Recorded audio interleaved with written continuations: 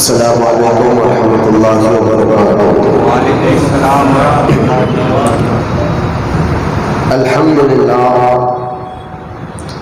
للہ رب العالمین، والصلاة والسلام علی سید المرسلین وعلی آلہ وصحبہ اجمعین، اما بعد،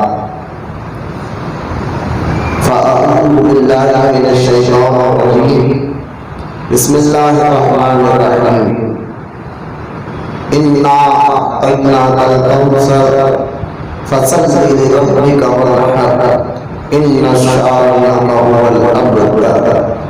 آمنت باللہ صدق اللہ العلی العظیم، وقال اللہ تعالی بشان حبیبہ الکریم، ان اللہ وملائکتہ یصلون علی النبی یا ایھا الذین آمنوا صلوا علیہ وسلموا تسلیما۔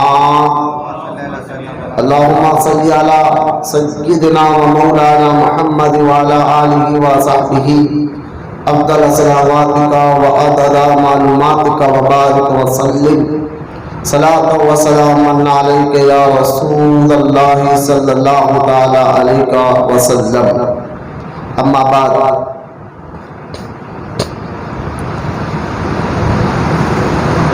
آج کا یہ ہفتہ واری اجتماع انشاءاللہ تعالی فلسفہ قربانی پر ہوگا۔ فلسفہ یعنی فلسفہ کا معنی ہوتا ہے گہرائی، اس پہ غور و فکر کرنا کہ قربانی کیوں ہے۔ تو انشاءاللہ اسی پر ہمارے آج کا عنوان ہوگا، کیونکہ ذی الحج کا یہ مبارک مہینہ جو اللہ تعالیٰ نے قرآن پاک میں ذکر فرمایا کہ اللہ کے ہاں 4 مہینے مقدس ہے، جس میں ذی القعدہ ہے، ذی الحجہ ہے جو چل رہا ہے، اور محرم کا مہینہ 3 اور چوتھا مہینہ رجب شریف۔ ان 4 مہینوں کو مقدس مہینے کہے گئے، اور یہ شروع کی جو 10 دن عید تک، یعنی جیسا یہ حج کے مہینے کا چاند نظر آتا ہے، تو شروع کے جو 10 دن ہوتے ہیں نا، ان 10 دنوں کا ذکر اللہ تعالیٰ نے قرآن پاک میں فرمایا۔ قرآن پاک میں اللہ تعالیٰ نے والفجر کہہ کر قسم ہے فجر کے وقت کی، اور ان 10 دنوں کی بھی قسم ہے۔ تو یہاں مفسرین تفسیر میں قرآن پاک میں فرماتے ہیں کہ اللہ تعالیٰ کون سے فجر کی قسم یاد فرما رہا ہے اور کون سے 10 دنوں کی قسم یاد فرما رہا ہے۔ تو بعض مفسرین نے کہا کہ یہ یوم عرفہ کے فجر کی قسم ہے، جو 9 تاریخ کی فجر کے وقت ہے، اللہ اس وقت کی قسم یاد کر رہا ہے۔ اور بعض مفسرین نے کہا نہیں، بلکہ روزانہ فجر کے وقت کی نماز میں اللہ قسم یاد کر رہا ہے۔ تو فجر کا اہم وقت ہوتا ہے جس کے اللہ قسم یاد کر رہا ہے، اور اس کے بعد وہ 10 دن کون سے جس کے اللہ قسم یاد کر رہا ہے۔ تو سارے مفسرین کہتے ہیں یہ جو 10 دن ہے جس کی قسم اللہ تعالیٰ قرآن میں یاد کر رہا ہے کہ قسم ان 10 دنوں کی، تو 10 دن سے مراد ذی الحجہ کے شروع کے 10 دن ہیں، وہ یہ چل رہے ہیں۔ تو یہ 10 دن کی قسم اللہ تعالیٰ نے قرآن پاک میں یاد فرمایا۔ اس سے اندازہ کریں ان دنوں کی اہمیت کتنی ہے، جن دنوں کی قسم اللہ یاد کرے، بڑی محبت سے سبحان اللہ۔ اتنے دنوں گیا ابھی کہاں پر سبحان اللہ بولنا ہے، اللہ اکبر بولنا یاد نہیں آ رہا، بالکل سستی کہنے کو دور کرتے محبت سے اللہ کا ذکر کی نیت سے بولے سبحان اللہ۔ لہٰذا یہ 10 دنوں کی اہمیت اس سے اندازہ کرے کہ اللہ تعالیٰ نے ان 10 دنوں کا قسم قرآن پاک میں یاد فرما رہا ہے۔ اس لیے خاص طور پر ان 10 دنوں میں جو 3 دن آتے ہیں، یوم التراویہ، یوم عرفہ، یوم نحر۔ یوم تراویہ 8 ذی الحجہ کو کہتے ہیں، یوم عرفہ 9 ذی الحجہ کو کہتے ہیں، یوم نحر 10 ذی الحجہ عید کے دن کو کہتے ہیں۔ لیکن اس لیے یوم تراویہ کا معنی اور مطلب یہ کہ ابراہیم علیہ السلام کو جب اللہ تعالیٰ نے حکم عطا فرمایا تھا بیٹا ذبح کرے گا، تو آپ شک میں رہے کہ یہ کیا کرنا چاہیے، اس لیے یوم تراویہ 8 ذی الحجہ کو شک کا دن کہتے ہیں۔ اور پھر دوسری مرتبہ قول ہوا کہ ابراہیم اپنے بیٹے کو ذبح کرو، تو آپ یوم عرفہ کے دن یعنی پہچان کر لیں. عرفہ کا معنی ہے پہچاننا، تو لہذا آپ نے پھر یوم عرفہ کو جو ہے پھر پہچان لیا. پھر دیکھتے ٹائم ہو گیا، پھر تیسری مرتبہ خواب ہوا کہ اے ابراہیم اپنے بیٹے کو ہی قربانی پیش کرو. تو آپ یوم النحر یعنی عید کے دن آپ پھر اس کو آپ عمل میں لائے ہیں. اس لیے یوم تراویح اور یوم عرفہ یعنی 8 ذی الحجہ اور 9 ذی الحجہ کو روزہ رکھنے کی بھی خاص تاکید آئی ہے. یہ تو پہلے ذی الحجہ سے لے کے 9 تاریخ کے روزے کی بھی فضیلت آئی ہے، لیکن آپ 8 اور 9 کے حدیث سے بات میں آتا ہے کہ 8 تاریخ کو روزہ رکھنا اللہ اس کو 1 سال کے روزے رکھنے کی برابر کا ثواب عطا فرماتا ہے، اور 9 ذی الحجہ کو روزہ رکھنا اللہ اس کو 2 سال کے روزے رکھنے کا ثواب عطا فرماتا ہے. لہٰذا یہ مقدس دن چل رہے ہیں، مقدس مہینہ چل رہا ہے. ان مقدس دنوں میں زیادہ سے زیادہ نیکیاں کرنا چاہیے، اللہ کو راضی کرنے والے کام کرنا چاہیے. جو میرے میرا سیدنا شیخ عبد القادر جیلانی غوث اعظم دستگیر رضی اللہ تعالیٰ عنہ نے اپنی کتاب بنیاد الطالبین میں یہاں تک لکھا کہ یہ جو 10 دنوں میں اچھے کام کرتا اللہ ہمیں آخری سانس تک اچھے کام کرنے والا بنا ہے، اس کے حبیب کی اطاعت کرنے والا بنا ہے. یہ صرف 10 دن تک نہیں، لیکن خاص 10 دن کی فضیلت بتاتے ہیں. غوث اعظم اپنی کتاب میں لکھتے ہیں کہ جو ان 10 دنوں میں اچھے کام کرتا ہے، اللہ کو راضی کرنے والے کام کرتا ہے، اللہ اس کی عمر میں برکت عطا فرماتا ہے، اللہ اس کے رزق میں برکت عطا فرماتا ہے، اللہ اس کے اہل و عیال کی حفاظت فرماتا ہے. لہذا یہ بے شمار جو ہے انعامات اللہ تعالیٰ ہمیں عطا فرماتا ہے. قربانی اگر آپ ابتدائی سے یعنی جب سے دنیا بنی ہے ابتدا سے قربانی کا نظام رہا ہے.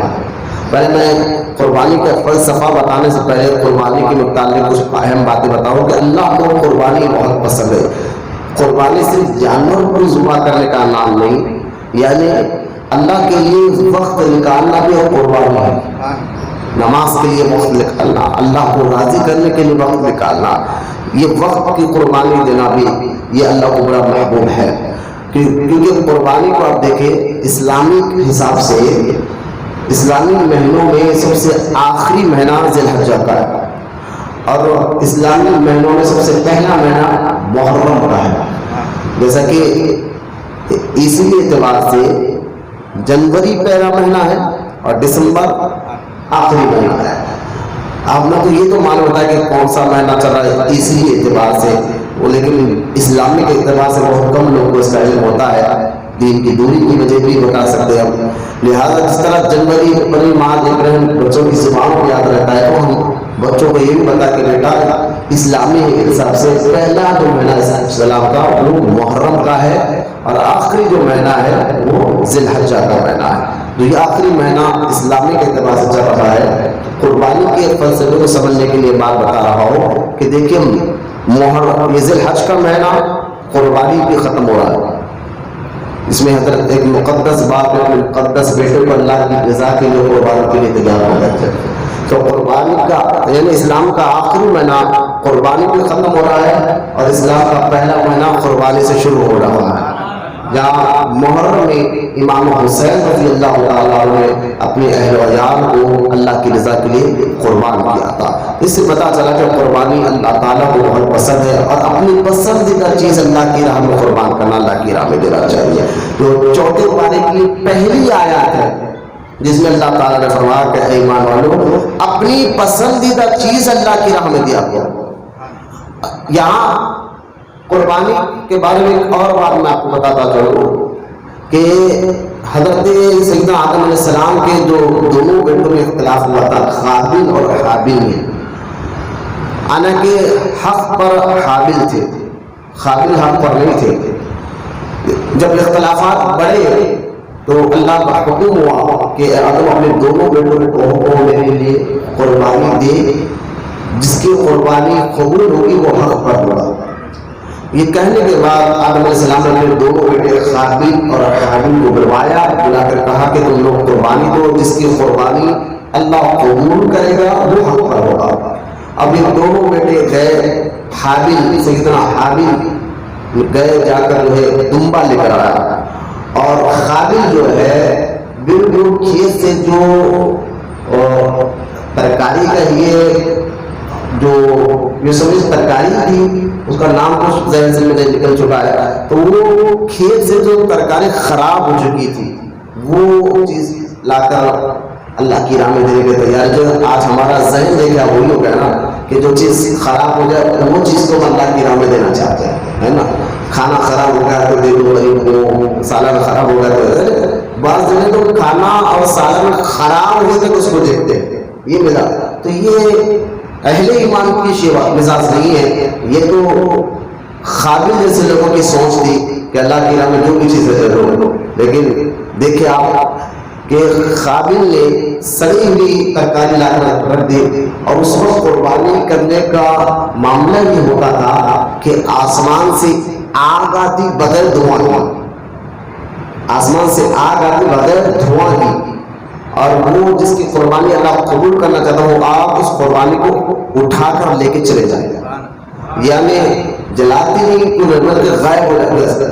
تو اگر آج بھی ایسا کوئی رولز ہوتا تو شاید اتنے کی جو ہے نا قربانی قبول ہوتی۔ آج بھی اگر اللہ نہ کرے ایسا رولز ہوتا کہ بس قربانی دو، جس کی قربانی آ کر لے کر چلے جاؤ اس کی قربانی قبول ہے، تو لہٰذا یہ سرکار مدینہ صلی اللہ علیہ وسلم کا کرم ہے، فضل ہے کہ اللہ تعالیٰ نے ہمارے عیبوں کو چھپا کر رکھا ہے۔ ورنہ پہلے کی امت اگر کوئی گناہ بھی کرتی تو ان کے دروازے پر لکھ دیا جاتا کہ اس نے یہ گناہ کیا ہے، اور دوسرے دن سارے لوگ یعنی کہ چھپ کر وہ بندہ گناہ کرتا تھا، لیکن پھر بھی اس کے گھر کے دروازے پر لکھ دیا جاتا تھا کہ اس نے یہ گناہ کیا ہے، اور سارا محلہ اس پر لعن کرتا تھا۔ یہ بھی اللہ اور اس کے رسول کا کرم ہے، غلامان مصطفیٰ صلی اللہ علیہ وسلم پر اللہ ہمارے عیبوں کو چھپا رہا ہے۔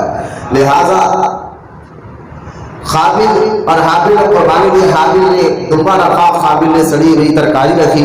اس سے اللہ کہہ رہے کہ اچھی چیز اللہ کی راہ میں دینا چاہیے۔ آپ آئیے اور دمبے کو یعنی حابل کی جو ہے نا قربانی کو آپ اٹھا کر لے کے چلے گئے۔ اب یہ اس سے پتہ چلا کہ قربانی پہلے سے ابتدائی اسلام اگر غور کرے تو پہلے سے اللہ نے قربانی کو رکھا ہے۔ اور اگر اور آگے جائے قربانی کا اہم مقصد کیا ہے، کیوں قربانی دے، وجہ کیا ہے قربانی دینے کی، تو اس کے پیچھے ایک جذبہ ہے، ایک شوق ہے، ایک مزاج ہے اللہ تعالیٰ جو ہمیں دینا چاہتا ہے۔ وہ جذبہ، وہ شوق، وہ مزاج رکھ کر جو بندہ قربانی دیتا ہے وہ قربانی کے صحیح مقصد تک پہنچ جاتا ہے، صحیح معنی تک پہنچ جاتا ہے۔ لہٰذا وہ جذبہ، وہ شوق، وہ کیا چیز ہے جو قربانی کے ذریعے اللہ میں دینا چاہتا ہے، سمجھانا چاہتا ہے، وہ کیا ہے؟ وہ یہ کہ بندہ ہر وقت اللہ کی رضا پر راضی رہا کرے۔ تو مین جذبہ اور مزاج اللہ پاک ہمیں دینا چاہتا ہے، جیسا کہ ابراہیم علیہ السلام نے اس کا پریکٹیکل طور پر کر بتایا ہے کہ کس طرح اللہ کو راضی رکھنا ہے، اور ان کے بیٹے مقدس بیٹے سیدنا اسماعیل علیہ السلام نے بھی اس پر عمل کر بتایا ہے کہ اللہ کو راضی کیسے رکھا جاتا ہے۔ یعنی حالات کچھ بھی ہو، یہ مزاج کہ بس اللہ کے لیے حالات کو دیکھ کر ہمارا حال تو یہی ہو گیا نا کہ ہم اگر نماز پڑھ رہے ہیں، عبادتیں کر رہے ہیں، پھر بھی پریشانی آ جائے، پھر بھی ہمیں تنگ کر دے تو ہم شکوہ کرنا شروع کر دیتے ہیں، یار نماز پڑھ کر کیا فائدہ ہو رہا ہے، روزہ رکھ کر کیا فائدہ ہو رہا ہے، پھر بھی ہم پریشان ہیں، پھر بھی ہم تکلیفوں میں آ رہے ہیں۔ ایسا تو وہ لوگ کرتے ہیں جو اللہ پر اور رسول پر کامل یقین نہیں رکھتے، اور جو قربانی کے مزاج کو اس نے نہیں سمجھا۔ اصل میں قربانی کا صحیح مفہوم اور مطلب یہ ہے حالات کچھ بھی ہو بس اللہ کی رضا پر راضی رہنا، یہ قربانی کے ذریعے اللہ آپ کو مزاج اور احکام دینا چاہتا ہے۔ اور ایک بات میں آپ کو بتا دوں کہ قربانی کے بارے میں اللہ تعالیٰ نے سورہ حج میں ذکر فرماتے ہوئے کہا ہے قربانی اللہ کی نشانی ہے۔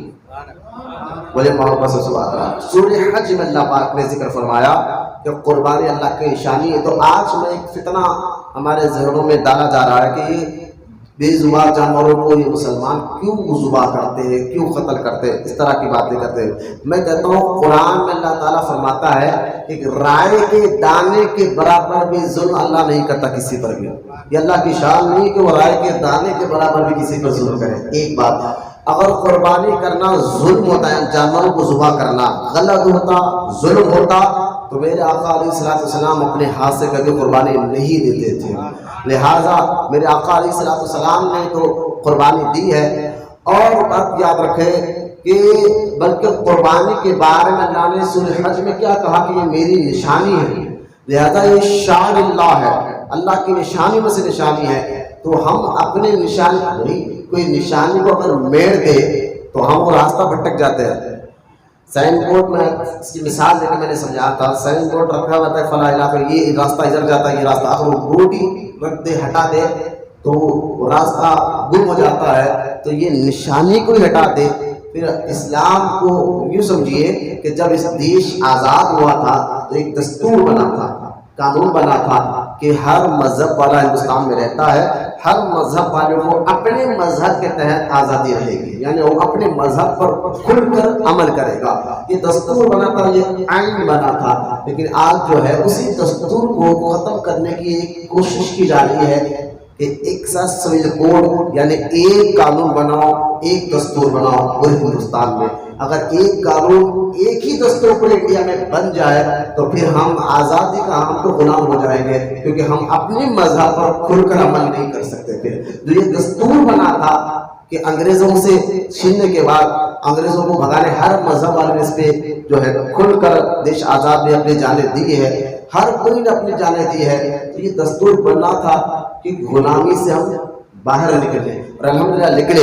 لیکن پھر غلامی میں ہم کیسے آ جائے جب ایک دستور بن جائے، یعنی کوشش کی جا رہی ہے کہ ہندوستان میں ایک دستور بنا دیا جائے، ایک ہی قانون پورے انڈیا میں لاگو کر دیا جائے۔ ایسا نہیں ہو سکتا، پھر ہم غلامی میں آ جائیں گے۔ اگر ایک دستور، ایک قانون بنا تو پھر ہم اپنے مذہب پر کھل کر عمل نہیں کر سکتے۔ اللہ جو یہ لوگ ناپاک کوشش کر رہے ہیں، اللہ ان کو بھی نیست و نابود کرے۔ یہ ہمارے عقل کو شعور دینے کے لیے کہ ہم اپنی نشانیوں کو نہ بھولیں، بلکہ قربانی اللہ کی نشانیوں میں سے ایک نشانی ہے۔ قربانی اللہ کی نشانی میں سے نشانی ہے، یہ ظلم نہیں ہے، یہ ظلم نہیں ہے، ایک بات یاد رکھیں۔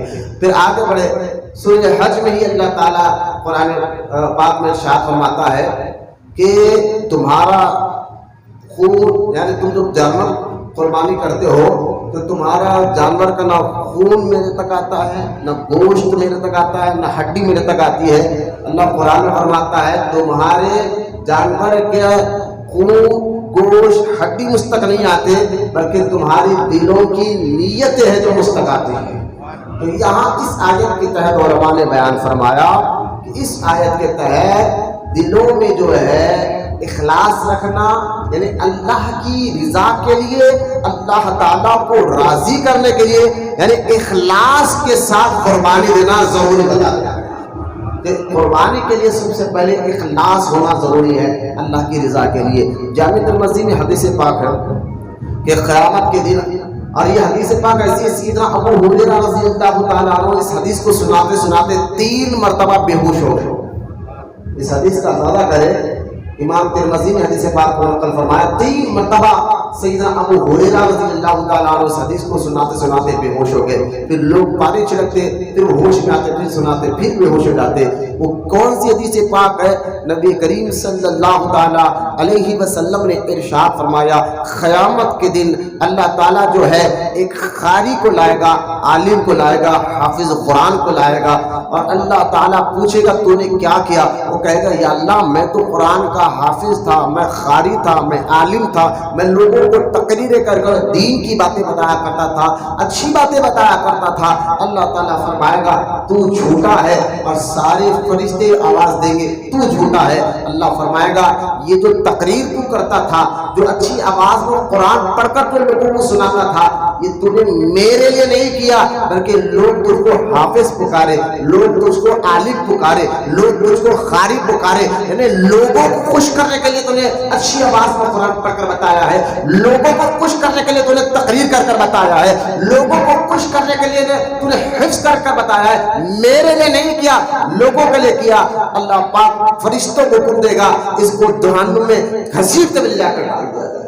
ابو ہریرہ رضی اللہ تعالیٰ نے بات سنا ہے، بے ہوش ہو گئے، پھر آپ ہوش میں آ گیا، پھر نبی کریم صلی اللہ تعالیٰ علیہ وسلم کی حدیث پاک کو آگے بڑھاتے فرمایا کہ اللہ تعالیٰ قیامت کے دن ایک سخی کو لائے گا اور اللہ پوچھے گا تو نے کیا کیا؟ وہ سخی کہے گا یا اللہ میں نے تیرے نام پر لوگوں کو، غریبوں کی مدد کی، یتیموں کی مدد کی، بیواؤں کی مدد کی، بھوکوں کو کھانا کھلایا، لنگوں کو کپڑے پہنایا، میں نے یہ کیا وہ کیا۔ اللہ فرمائے گا تو جھوٹا ہے، سارے فرشتے کہیں گے تو جھوٹا ہے۔ اللہ فرمائے گا تو نے میرے لیے تھوڑا کیا ہے بلکہ لوگوں کو دکھانے کے لیے کیا ہے، لوگ تجھ کو سخی پکارے، لوگ تجھ کو فلاں پکارے، تو نے میرے لیے کیا۔ اور فرشتوں کو اللہ حکم دے گا اس کو گھسیٹتے ہوئے لے جا کر دوزخ میں ڈال دیا جائے۔ پھر ابو ہریرہ رضی اللہ تعالیٰ عنہ بے ہوش ہو گئے۔ تیسری مرتبہ جب آپ ہوش میں آئے، اللہ تعالیٰ کے رسول علیہ السلام نے کیا ارشاد فرمایا؟ ابو ہریرہ فرماتے ہیں کہ پھر تیسری مرتبہ ایک مجاہد کو لایا جائے گا،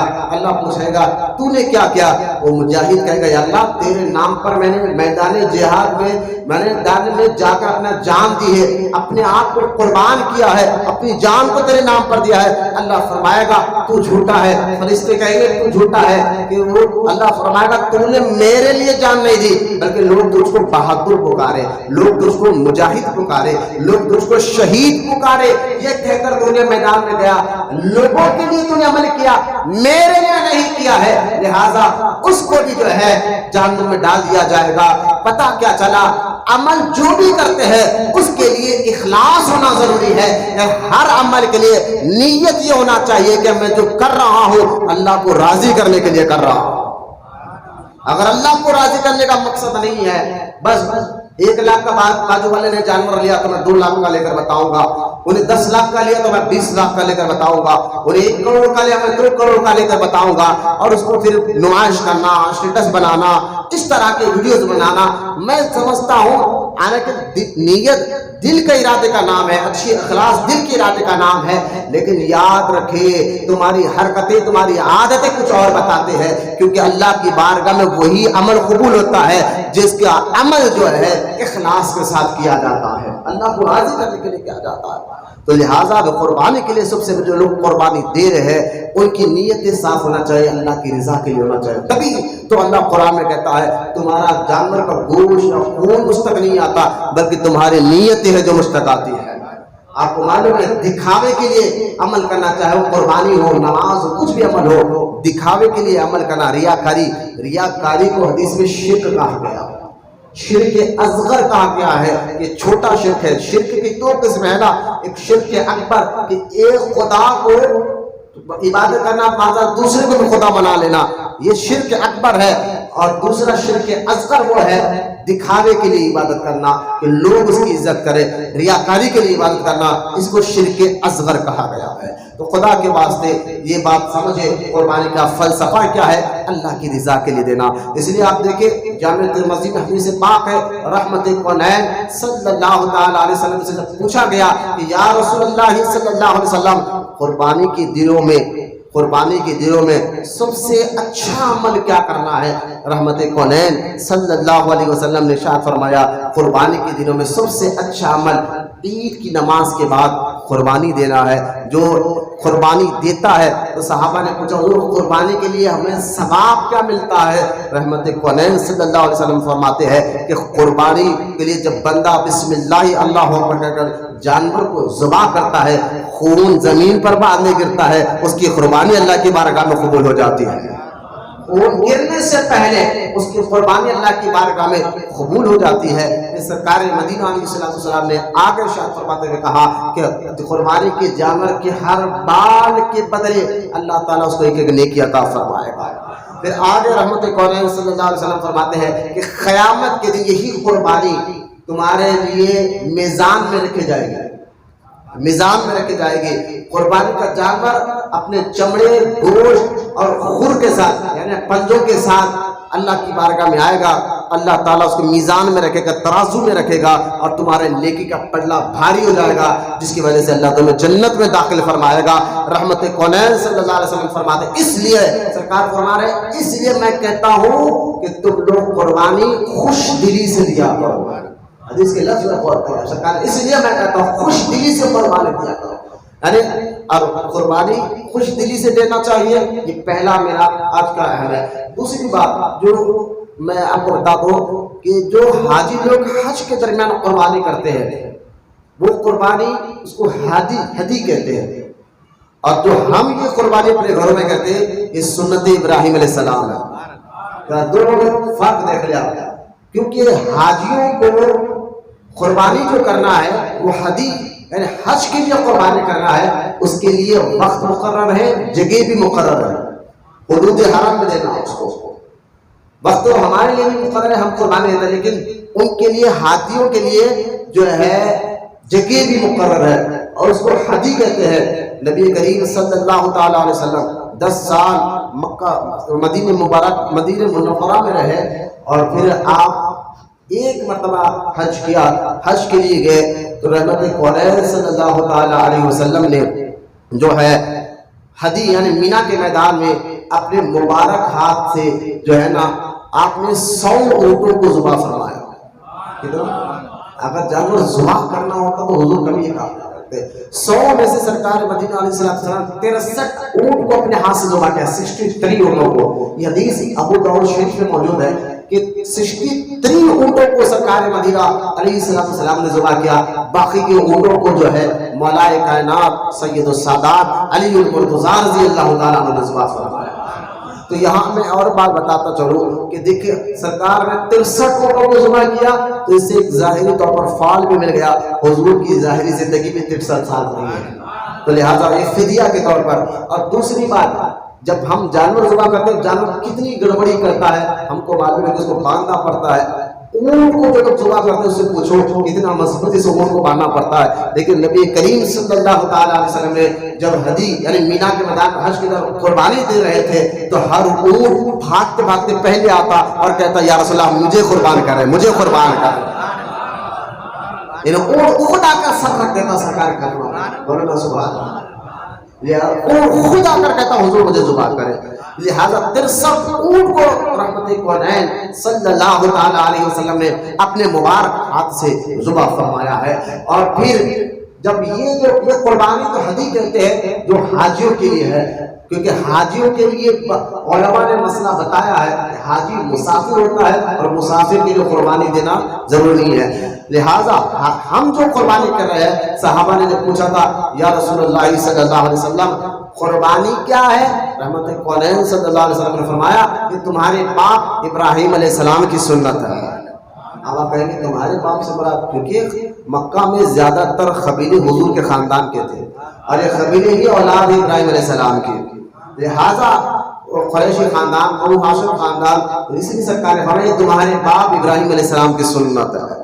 لہٰذا اب یہاں یہ بات سمجھنے کے بعد ایک اور حدیث پاک آپ کو میں بتاتا چلوں جو جامع ترمذی میں ہے، امام حسن بن علی رضی اللہ تعالیٰ عنہ راوی ہے، رحمت کونین صلی اللہ علیہ وسلم نے فرمایا جس نے خوش دلی سے طلب یعنی ثواب کی طلب ہو کر قربانی کی، اللہ اس کے درمیان اور دوزخ کے درمیان رکاوٹ کر دے گا، اس کے اور جہنم کے درمیان پردہ کر دے گا، یعنی خوش دلی سے اور اللہ کو راضی کرنے سے جو قربانی دیتا ہے اس کے لیے بشارت رحمت کونین صلی اللہ تعالی علیہ وسلم نے بیان فرمائی ہے۔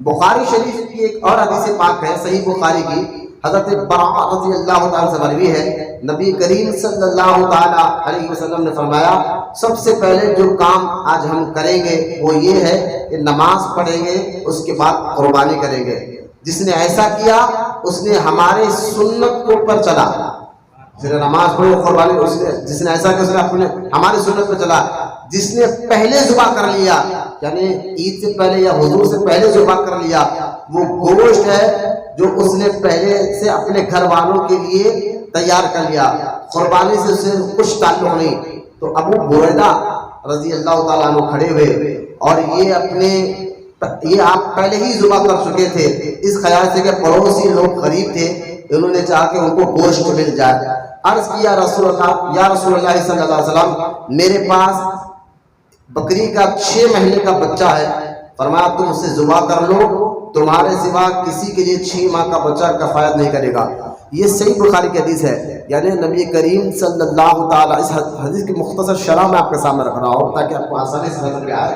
نبی کریم صلی اللہ تعالیٰ علیہ وسلم نے فرمایا قربانی کے دن میں، جو قربانی کے 3 دن ہے، ایک تو 10 11 12، 10 تاریخ 11 تاریخ 12، یہ 3 دنوں، کیونکہ قربانی کے لیے وقت کا ہونا بھی شرط ہے۔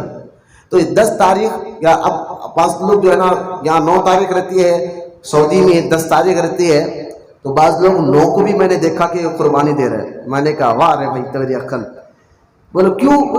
وہاں 10 لگ گئی ہے۔ ارے بھائی تو رہ رہا کہاں؟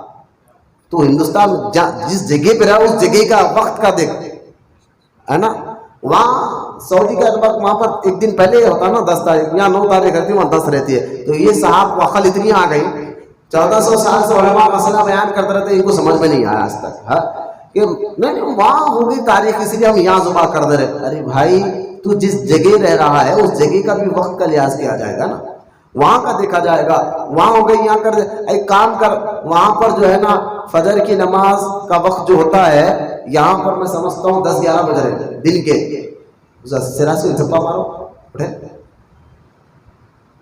تو 10 11 بجے یہاں دن کے، وہاں فجر کا وقت ہوتا ہے، یا چلیے آدھے گھنٹے کا حساب لگا لے تو یہاں بس 8 9 بج رہے ہیں، سعودی میں فجر کا وقت ہوتا ہے۔ تو اس کو بول فجر کی نماز جب 9 بجے پڑھو رہے کو پڑھنا سکتا، یہ کوئی بات ہے کہ وہاں پر جہاں جس جگہ رہ رہا ہے اس وقت کا انتظار کیا جائے گا۔ میں نے یعنی من چاہی عبادت اللہ کو پسند نہیں ہے، رب چاہی عبادت کو، ہے نا؟ تو جس جگہ پر آپ رہے، جس مقام پر، اس جگہ کا وقت دیکھا جائے گا۔ لہذا قربانی کے 3 دن ہے، وہ 10 11 12، 10 کو دینا سب سے افضل ہے۔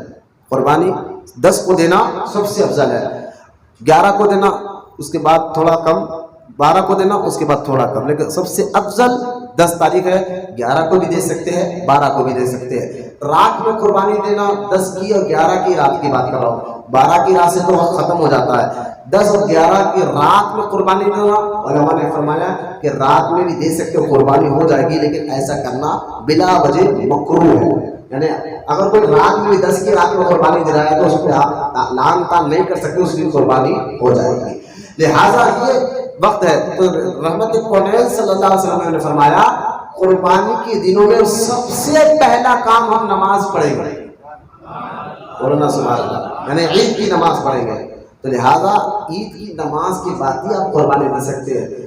ہاں دیہات میں، گاؤں میں، کیونکہ وہاں جمعے کی اجازت نہیں، جہاں کھیڑا گاؤں ہے، دیہات ہے، وہاں جمعہ پڑھنے کی اجازت نہیں، تو وہاں عید پڑھنے کی بھی اجازت نہیں ہے، تو وہ لوگ فجر کے بعد قربانی دے سکتے ہیں، گاؤں والے، دیہات والے۔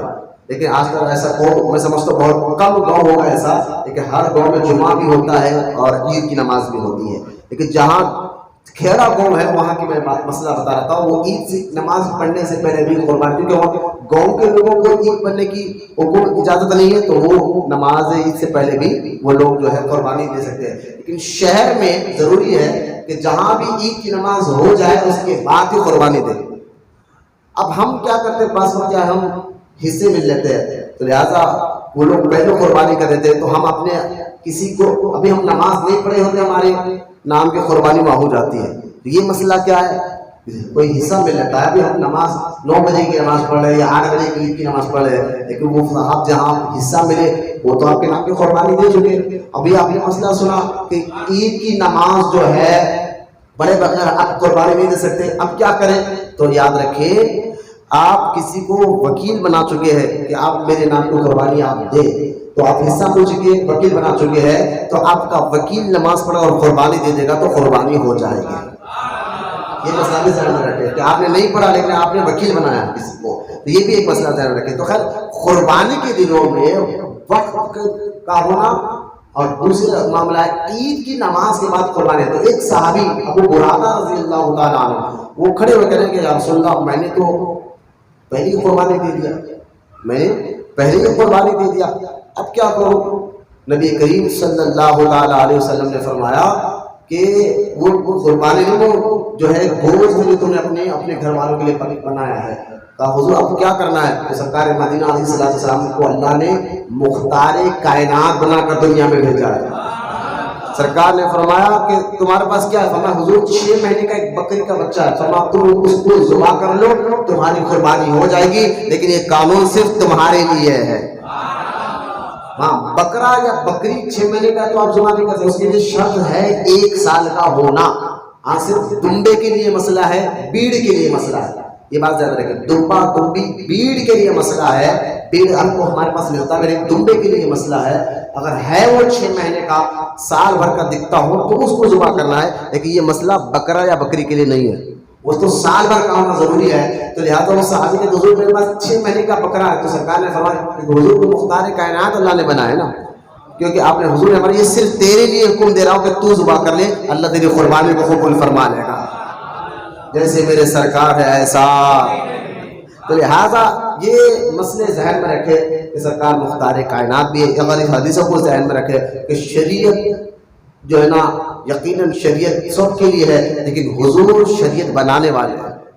اللہ نے ان کو شریعت بنا. اور بہت سے ایسے حدیثیں اگر میں بتاؤں تو جس میں حضور مختار کائنات ہے، یہ آپ کو سمجھ میں آئے گا. اب آپ ایک حدیث پاک سن کر انشاءاللہ تعالی ہم جو ہے قربانی کے مسائل کو اور سننے کے ہیں. پہلے جو آیت میں نے پڑھی ہے، اِنَّا أَعْطَيْنَاكَ الْكَوْثَرَ فَصَلِّ لِرَبِّكَ وَانْحَرْ إِنَّ شَانِئَكَ هُوَ الْأَبْتَرُ. یہ آیت مبارکہ میں اللہ تعالیٰ نے جو فرمایا کہ اِنَّا أَعْطَيْنَاكَ الْكَوْثَرَ، کہ حبیب ہم نے آپ کو بے شمار خوبی عطا فرمایا، بے شمار خوبی عطا فرمایا. ابھی کل کوثر کا معنی اتنا وسیع ہے، مفسرین نے اس کے معنی میں بس یوں سمجھیے، بعض مفسرین اِنَّا أَعْطَيْنَاكَ الْكَوْثَرَ کا ایک معنی یہ بھی کیا ہے کہ اے حبیب ہم نے آپ کو بے شمار معجزے عطا فرمایا. جیسا چاند آسمان کے تاروں کو آپ گن نہیں سکتے، ایسا حضور کے اللہ نے جو معجزات عطا اس کو آپ شمار اور گن نہیں سکتے. ایک روایت میں ہے کہ ایک تفسیر میں آیا کہ اللہ نے فرمایا اے حبیب ہم نے آپ کو خیر کثیر عطا فرمایا. یعنی جس چیز میں خیر ہے، جو چیز میں اچھائی ہے اور خیر ہے، اس کی ہم نے آپ پر کثرت کر دی. مجھے بتائیے، علم خیر ہے، علم کیا ہے؟ خیر. علم میں خیر ہے، جہالت میں خیر نہیں. ان پڑھ آدمی کو ہم کیا کریں گے؟ تو ان پڑھ ہے، جہال آدمی ہے. لیکن علم پڑھا لکھا آدمی کو، بھلے یہ پڑھا لکھا آدمی ہے تو معلوم کیا ہوا؟ علم کے اندر خیر ہے، جہالت میں اندھیرا ہے. تو مجھے بتا اللہ پاک نے کیا فرمایا؟ حبیب جس میں خیر ہے وہ سب ہم نے کثرت کے ساتھ آپ کو دے دیا. تو یا اِنَّا أَعْطَيْنَاكَ الْكَوْثَرَ، تو علم غیب میں خیر ہے یا نہیں ہے؟ تو اس آیت سے نہیں بتا رہا کہ غیب کا ایسا علم اللہ پاک نے حضور کو دیا ہے. مولانا سبحان اللہ، غیب کا ایسا علم اللہ پاک نے حضور کو دیا ہے جس میں کوئی حد نہیں ہے، جس کی کوئی حد نہیں ہے. یعنی حد سے مراد میں معاذ اللہ حضور کے علم کو اللہ کے علم سے برابر نہیں کر رہا ہوں، لیکن میں آپ کو بتا رہا ہوں سب سے زیادہ اگر مخلوق میں دیکھا جائے تو سب سے زیادہ علم اللہ نے حضور علیہ السلام کو عطا فرمایا.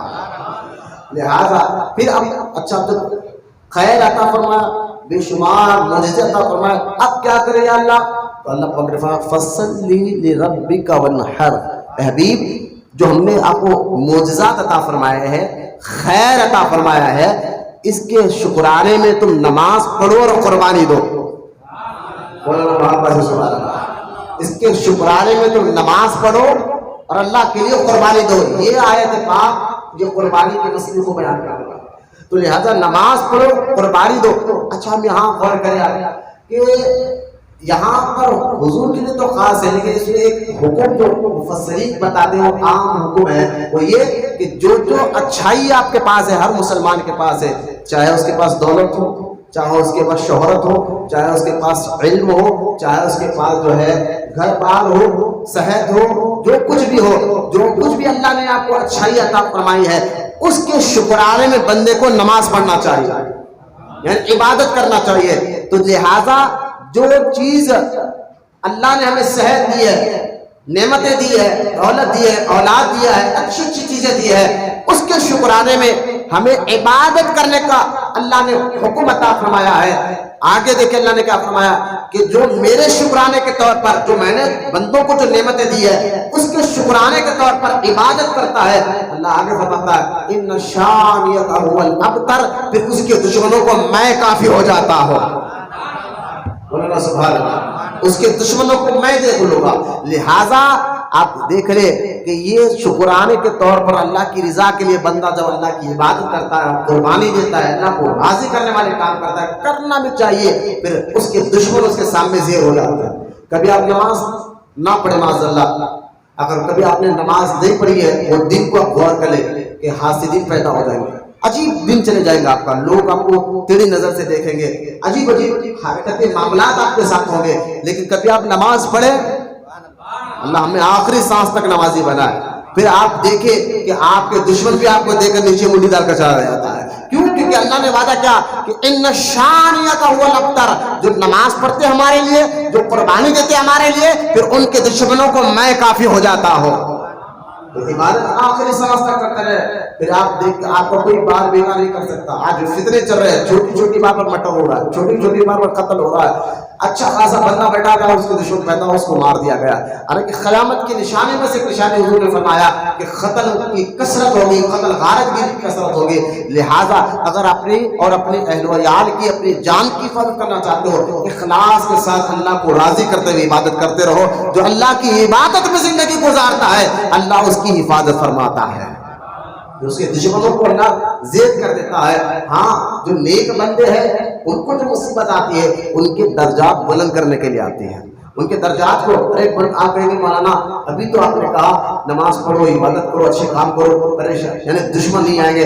ایک بندہ نماز بھی پڑھ رہا ہے، اچھے کام بھی کر رہا ہے، پھر بھی اس کے دشمن ہے، پھر بھی اس کو تنگ کرنے والے ہیں۔ تو میں کہہ رہا ہوں بابا جو ایک نیک بندہ ہے، عبادت اللہ کی کرتا ہے، پھر بھی اس کے دشمن ہے، اس کے ستانے والے ہیں، تو اس مسئلے میں تم مت جاؤ۔ اصل میں اس کے ذریعے اس نیک بندے کو اللہ درجات بلند کرنا چاہتا ہے۔ ان دشمن اس کو ستائیں گے، یہ صبر کرے گا، اور صبر کرے گا اللہ ثواب عطا فرمائے گا۔ لہٰذا یہ بہت سی حکمت اللہ کی، میں نے گزشتہ اتوار میں شاید میں نے سمجھایا کہ ہر کام میں اللہ کی حکمت ہوتی ہے۔ لہٰذا یہ قربانی کا جو معاملہ ہے، قربانی خوش دلی سے دینا چاہیے۔ جانے پروموٹر جانے دیجیے، میرے پاس درود پاک پڑھیں۔ اللہم صلی علی سیدنا محمد معدن الجود والکرم وعلی آلہ وبارک وسلم علیک یا رسول اللہ صلی اللہ علیہ وسلم۔ قربانی خوش دلی کے ساتھ دینا چاہیے، ایک بات، اخلاص کے ساتھ دینا چاہیے، دو بات، اللہ کو راضی کرنے کے لیے دینا چاہیے۔ یہی قربانی کا مقصد ہے۔ اصل میں بندے کو قربانی کا حکم اس لیے دیا گیا ہے کہ بندہ اللہ کی رضا پر راضی رہے، جو اس کے فرمان، جو اس کے احکام ہے بغیر چونچا کرے، یعنی اللہ کے بتائے ہوئے طریقے پر، رسول کے بتائے ہوئے طریقے پر بغیر چونچا کرے، یہ کیوں، وہ کیوں، ایسا کیوں، ویسا کیوں، یہ بغیر سوچ سمجھے اللہ اس کے رسول کے سامنے سر بھی جھکا دینا، دل بھی جھکا دینا، یہی دین ہے، یہی شریعت ہے، یہی اسلام ہے، اور یہی قربانی کا مقصد ہے جو اللہ تعالیٰ قربانی کے ذریعے بندوں کو مزاج دینا چاہتا ہے۔ اور ایک بات، قربانی جو ہے نا پیکیج کے ساتھ کریں، جو لوگ قربانی دیں، اور قربانی کن کو دینا میں وہ بھی آگے بتاؤں گا آخری مسئلے میں۔ قربانی پیکیج کے ساتھ کریں، مطلب کیا ہے کہ ایک بندہ قربانی دے رہا ہے تو ہمارے دی ہوئی قربانی پیکیج کیا ہے، ہمارے جو ہم قربانی لا رہے ہیں، جو قربانی دے جانور لا رہے ہیں، تو اس کا لا کر اس کی وجہ سے کسی اور کو تکلیف نہ ہو، یعنی جانور ایسی جگہ بندی کہ گلی بند ہو گئی، پھر کسی گھر کے سامنے بند دیا، اس کا فضلات، اس کی گندگی پھیل رہی ہے، اب صاحب کو کوئی نہیں بول سکتا، کیا بولیں گے، لہٰذا گلی میں پورے فضلات پھیل رہا ہے، کسی کے گھر کے سامنے بند دیا، گھر والوں کو تکلیف ہو رہی ہے، کسی کے گھر کے سامنے بند دیا جو ہے گھر والوں کو تکلیف ہو رہی ہے، اس کی فضلات آپ صاف نہیں کر رہے، پھر قربانی دے دی، پھر وہی گندگی، وہی فضلات صاف آپ نے نہیں کیا، پھر ہم کیوں صاف کریں، آپ ویسی رکھ دے، جس کی وجہ سے محلہ گندا ہو، گلیاں گندا ہو، چبوترے گندے ہو۔ ایسا یہ تمہیں قربانی جو دی ہے کس لیے دی ہے؟ اللہ کو صاف کرنے، اللہ کو راضی کرنے کے لیے دی ہے۔ میں نے کہا جب اللہ کو راضی کرنے کے دی ہے، اللہ کے حکم پر عمل کرتے ہوئے دی ہے، تو قرآن میں یہ نہیں پڑھا کہ اللہ مطہرین یعنی پاک لوگوں سے اللہ محبت کرتا ہے؟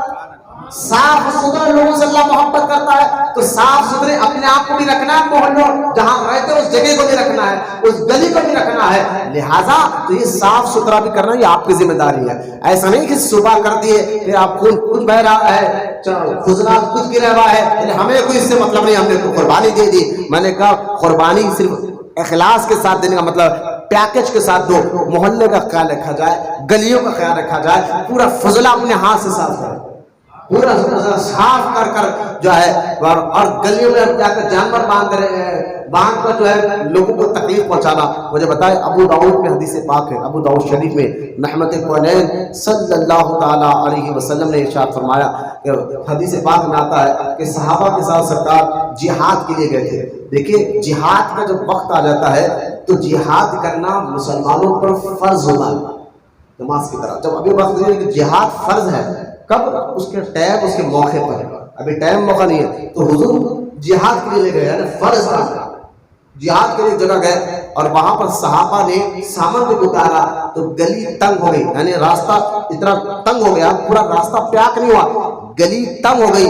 نبی کریم صلی اللہ تعالی وسلم کو جب معلوم ہوا، سرکار نے فرمایا تم راستے میں سامان رکھ کر لوگوں کو تکلیف دیتے ہو، راستوں میں سامان رکھ کر، یعنی کہ فرض ہے، یہ تو قربانی واجب ہے مالداروں پر، غریب پر نہیں، مالداروں پر واجب ہے، لیکن جہاد تو فرض ہے۔ نبی کریم صلی اللہ علیہ وسلم نے جلال میں فرمایا تھا تم لوگ جو ہے نا گلی تنگ کر کر مالداروں کو تکلیف، لوگوں کو تکلیف دیتے ہو، لہذا سن لو جو لوگوں کو تکلیف دینے کا باعث بنے، ذریعہ بنے، اللہ اس کے جہاد کو بھی قبول نہیں فرماتا۔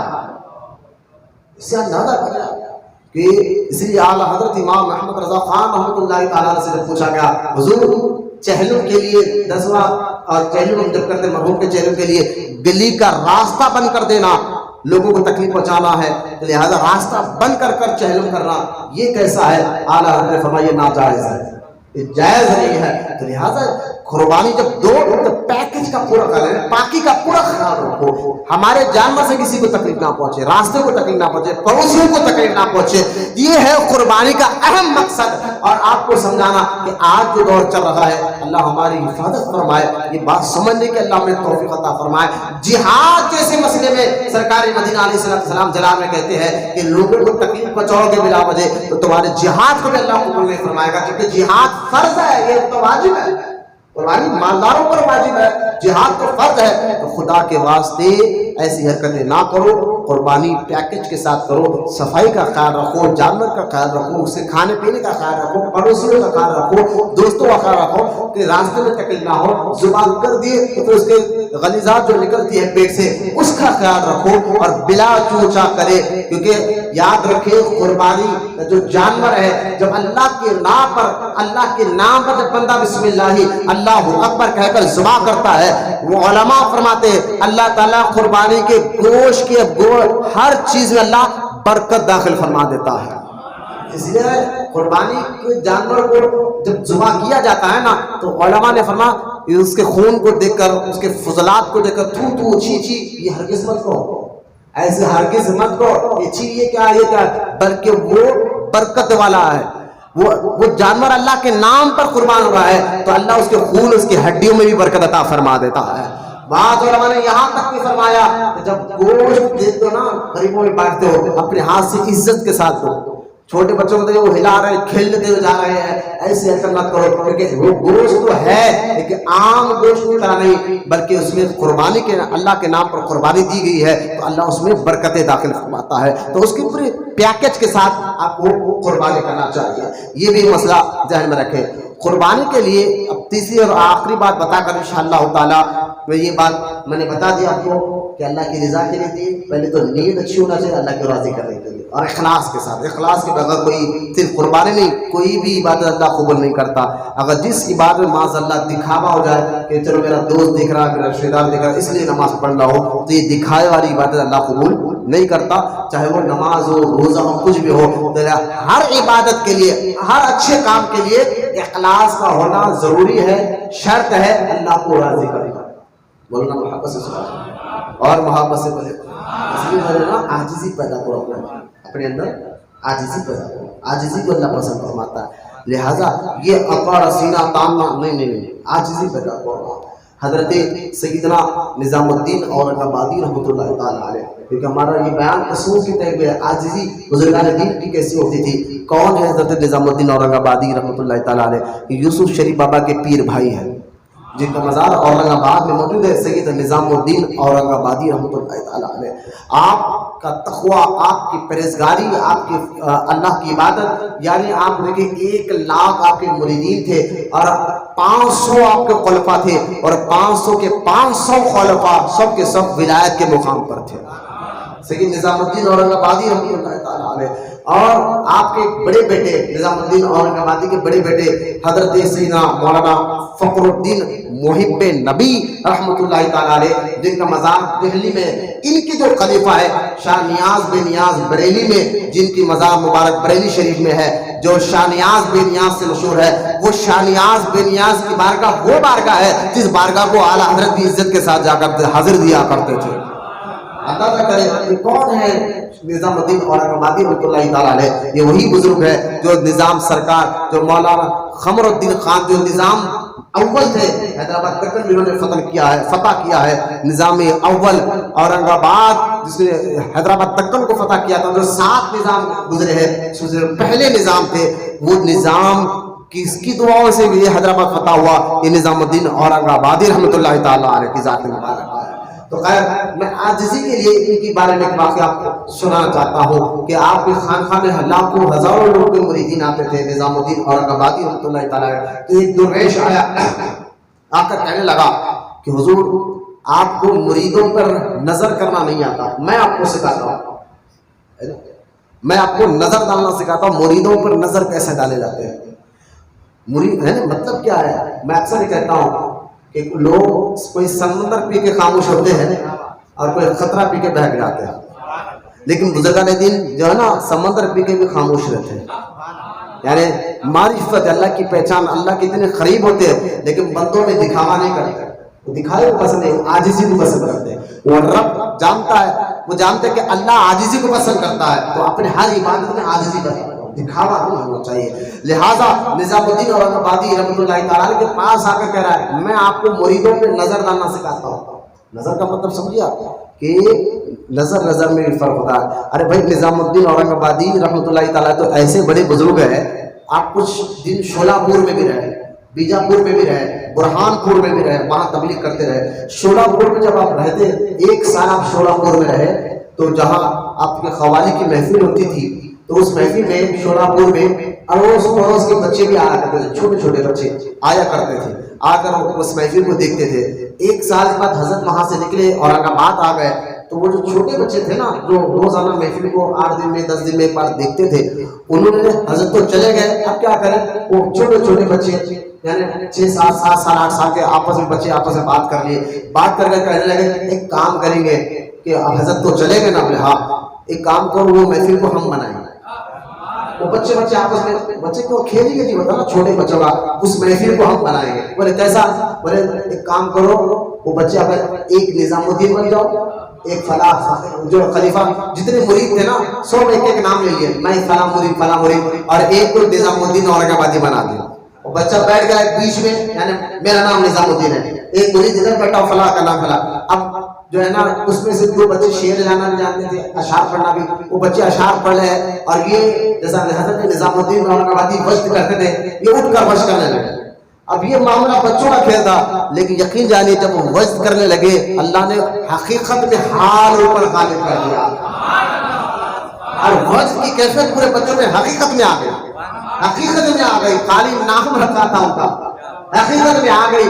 اور آنے کے بعد بچے ہوش میں ہی رہے، کچھ دیر کے بعد ہوش میں آئے، پھر ان کے ماں باپ نے ان کو سمجھا کہ بیٹا ایسا نہیں کرنا چاہیے۔ جب یہ بات نظام الدین اورنگ آبادی تک پہنچی تو ہم نے مسکرا کے فرمایا کہ آج تقلید تحقیق تک پہنچی، تقلید تحقیق تک پہنچی، یعنی اچھوں کی نقل بھی اچھی ہوتی ہے۔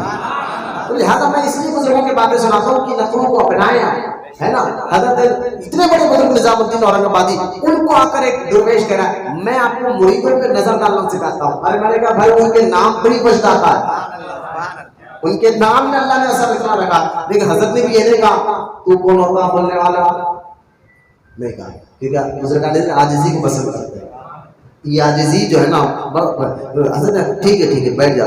اب وہ روز آتا بیٹھتا جاتا اب دھیرے دھیرے پورے اورنگ آباد میں یہ بات مشہور ہو گئی کہ ایک درویش نظام الدین اورنگ آبادی کو آ کر کچھ باتیں سکھا رہا ہے کہ نظر مریدوں میں کیسے ڈالتے. اب بات پھیلتے مریدوں میں آ گیا.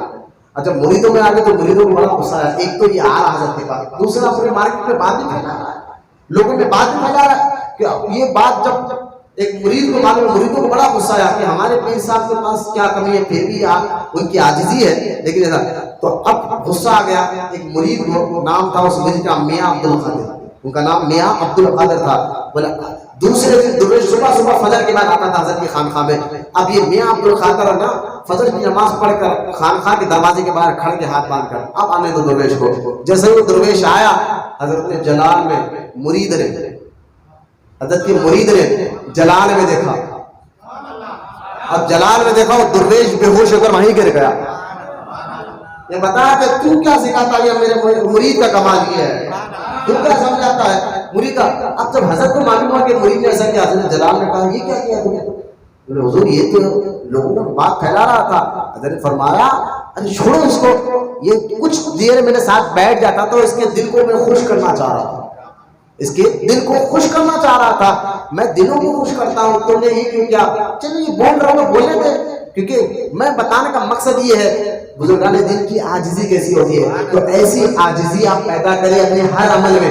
بولے انشاءاللہ مریدوں کو خاص طور تعریف کر رہا ہوں, عاجزی پیدا کرے کہ میں داڑھی رکھنی تکبر نہ لائے, نماز پڑھوں تکبر نہ لائے, کسی کی مدد کرے تکبر نہ لائے, بس اللہ کے لیے کر دے اور بھول جائے. اس کا معنی ہے نیکی کر دریا میں ڈال. یہ صحیح جچتا ہے یہاں پر کہ جب بندہ نیکی کر کر بھول جاتا ہے میں نے اللہ کے لیے کیا ہے, یعنی نیکی کرنے کے بعد کسی کی مدد کر دی تو اس کو گھور کو بھی مت دیکھو, ارے یہ کیا میں اس کو مدد کرا تھا ایک ٹائم پہ, نہ ایسا بھی مت دیکھو, کرا کس لیے تھا, اس کے ساتھ تم نے جو احسان کیا کس لیے کیا تھا, اللہ کے لیے, تو بھول جا پھر کسی کو بھول کر. بزرگان نہیں دیکھتے تھے. امام اعظم ابو حنیفہ رحمۃ اللہ تعالی علیہ جس راستے سے گزرتے تھے تو ایک بندہ جو ہے آپ کو دیکھ کر چھپ گیا. امام اعظم دور سے دیکھ لیا, اس کو بولا تم مجھے دیکھ کر کیوں چھپا؟ کہا حضور میں آپ کا قرضدار ہوں, قرضہ دے لو آپ کو. تو میں نے دیکھا آپ آ رہے ہیں تو میں چھپ گیا آپ کو دیکھ کر. امام اعظم نے کہا مجھے دیکھ کر چھپا ہے, جب میں نے آج سے تیرا قرضہ معاف فرما دیا. دیکھیں ایسا کام. یہاں تک امام اعظم کے بارے میں آتا ہے کہ آپ اپنے قرضداروں کو دیکھ کر اس راستے سے نہیں آتے, دوسرے راستے سے جاتے تھے تاکہ اس کو شرمندہ ہونا پڑے. لہٰذا آپ نیکی اللہ کے لیے کرو, اللہ کی رضا کے لیے کرو. خیر میں بتانے کا مقصد یہی ہے کہ ہر عبادت ہمارے اللہ کو راضی کرنا ہے. قربانی کے لیے جو 4 شرطیں ہیں, پہلی شرط قربانی کس پر واجب ہے. یہ بہت سے غلطیاں ہمارے پاس ہوتی ہے کہ کسی پر قربانی واجب ہوتی ہے وہ باپ کے نام کی نکالتا ہے, کوئی بھائی کے نام کی لکھا رہا ہے, کوئی دادا کے نام کی لکھا رہا ہے. ابھی قربانی تیرے پر واجب ہے, تو نکال پہلے اپنے نام کی. اپنے نام کو نہیں, گئے سال ابا کے نام کی دیا تھا, یہ سال امی کے نام کی دیتا ہوں. اس سے پہلے دانا کے نام کے سال دیا تھا, اب نانی کے نام کی دیتا ہوں. میں نے کہا یہی تو ہے نا, عبادت دیکھنے سے نہیں سیکھنے سے آتی ہے. عبادت کو سیکھنا پڑتا ہے. پہلے سمجھے آپ 4 شرطیں, یہ تو اور بھی شرطیں, 4 شرطیں میں بتاؤں. پہلا شرط قربانی کے لیے مومن ہونا ضروری ہے. کیا ہونا ضروری ہے؟ مومن. کافر قربانی نہیں دے سکتا, دیا تو قربانی قبول ہے. مومن ہونا ضروری ہے. دوسری شرط وہ غلام نہیں, آزاد ہونا ضروری ہے. اب تو غلاموں کا دور چلے گا, پہلے دور میں غلاموں کو جس طرح بکروں کو خریدا جاتا تھا, انسانوں کو خریدا جاتا تھا اور بیچا جاتا تھا. غلام نہیں, آزاد ہونا ضروری ہے. تیسری شرط جو ہے مقیم ہونا, مسافر پر قربانی واجب نہیں ہے, مقیم ہونا ضروری ہے. اور چوتھی شرط ہے صاحب نصاب ہونا. یہ مسئلے کو تھوڑا سا سمجھ جائے تو, کیونکہ قربانی اور اگر صاحب نصاب عورت ہے اور شوہر ہے, دونوں ہیں, تو دونوں پر بھی 2 قربانی ہوتی ہے. عورت پر بھی ہوتی ہے اور مرد. اب صاحب نصاب اگر عورت بھی ہو اور مرد بھی ہو, صاحب نصاب کو پہلے سمجھے. ایسا ہی ہے کہ مرد دے رہا ہے تو عورت کو دینا, حالانکہ عورت کے پاس پیسہ سونا ہے رکھا ہوا, لیکن شوہر دے رہا ہے اپنے نام کی, بس ختم. نہیں, ایسا نہیں ہے کہ شوہر پہ بھی بستی ہے عورت. اگر بچے بالغ ہو گئے, بڑے ہو گئے ہیں, ان کے نام کی پراپرٹی ہے, پیسہ ہے, بینک بیلنس ہے. بعض لوگ جو نا اپنے بیٹیوں کے نام پہ شادی کے پیسے رکھ دیتے ہیں, بچی بالغ ہو گئی ہے, نابالغ میں بالغ ہو گئی ہے, تو اس پر بھی قربانی واجب ہوتی ہے. بچی کی الگ، باپ کی الگ، اماں کی الگ. لہٰذا پہلے آپ صاحب نصاب ہونے کو سمجھے. صاحب نصاب کس کو کہتے ہیں؟ علماء نے اس کو آسان کر کر بتایا، جس کے پاس 7.5 تولے سونا ہو، یعنی اتنا پیسہ ہو کہ 7.5 تولے سونا خرید سکتا ہے حاجت اصلیہ کے علاوہ. حاجت اصلیہ میں، حاجت میں کیا آتے ہیں؟ گھر آتا ہے، مکان آتا ہے. مکان حاجت میں آتا ہے، کرائے کا یا ذاتی ہو اسے مطلب نہیں. یعنی حاجت ہے گھر کی تو گھر پر نہیں. گھر، کپڑے، گاڑی، برتن، یہ حاجت میں آتے، استعمال میں. اس کے علاوہ ایکسٹرا اتنا پیسہ آپ کے پاس ہے کہ آپ 7.5 تولے سونا خرید سکتے ہیں. اتنا پیسہ آپ کے پاس رکھا ہوا ہے، قرضہ نہیں، کچھ نہیں ہے. اگر 7.5 تولہ نہیں، کم سے کم 52.5 تولے چاندی بھی آپ خرید سکتے ہیں. اتنا پیسہ ہے تو آپ پر قربانی واجب ہے. 52.5 تولے چاندی بھی آپ خریدے، اتنا پیسہ آپ کے پاس ہے. 52.5 تولے چاندی، 1 تولہ چاندی 714 روپے ابھی جو موجودہ ریٹ چل رہا ہے. تو 52.5 تولے چاندی کے 38,000 ہو رہے ہیں. 40,000 پکڑ لے تو کسی کے پاس 40,000 بھی رکھے ہوئے ہیں، یا 40,000 کا حاجت کے علاوہ 40,000 کا سامان، یعنی بیکار سامان ہے لیکن بیچے تو 40,000 روپے آ جاتے ہیں. آج تو 50,000 کے فون ہاتھ میں رہ رہے ہیں. غور کرے آپ، بیوی کے پاس، آپ کی بیوی کے پاس 2 تولے سونا بھی ہے تو اس پر بھی قربانی واجب ہو جاتی ہے. کیوں؟ کیونکہ بھائی آج کا تو 2 تولہ، 1 تولہ 50,000 چل رہا ہے نا.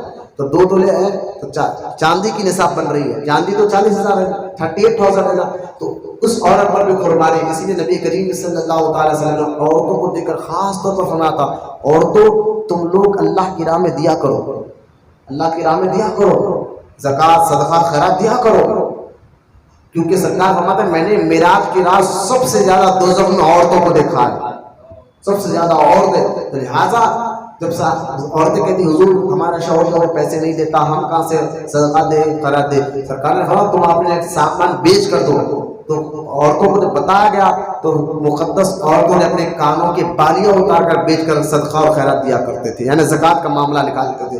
لہٰذا جو عورت یہ کہتے ہمارا شوہر تو ہمیں دیتا نہیں، ہم کہاں سے کریں؟ بھائی صاحب دیتا نہیں، آپ کے پاس سونا اتنا رکھا ہوا ہے، چاندی 52.5 تولے چاندی رکھی ہوئی ہے، تو آپ بیچ کر دے، لیکن دینا آپ کے لیے لازم ہے، ضروری ہو جاتا ہے. لہذا یہ مسئلہ ذہن میں رکھے کہ قربانی جو ہے عورت پر بھی ہے، مرد پر بھی ہے. بچہ بالغ ہو گیا بڑا، بچے کما رہے، بابا بھی کما رہے، لیکن بچہ بڑا رہے، بابا میں نکال رہا ہوں، آپ کو نکالنے کی ضرورت نہیں. ارے بھائی آپ اپنی نام کی نکالو، بابا کے نام کے نکالیں گے، امی کے پاس سونا یا چاندی ہے تو امی کے نام سے نکالیں گے. 3 حصے لگانا آپ کے لیے لازم اور ضروری ہوگا. یہ مسئلہ ذہن میں رکھے، اس کو سمجھے، اس پہ عمل کرے. کیونکہ عبادت سیکھنے بھی آتی ہے. آپ کہیں کہ ہمارے پاس اتنا پیسہ نہیں ہے، یعنی بعض لوگ کنجوسی کرتے ہیں، پیسہ رہتا ہے سامان بیچ کر بھی دے سکتے ہیں.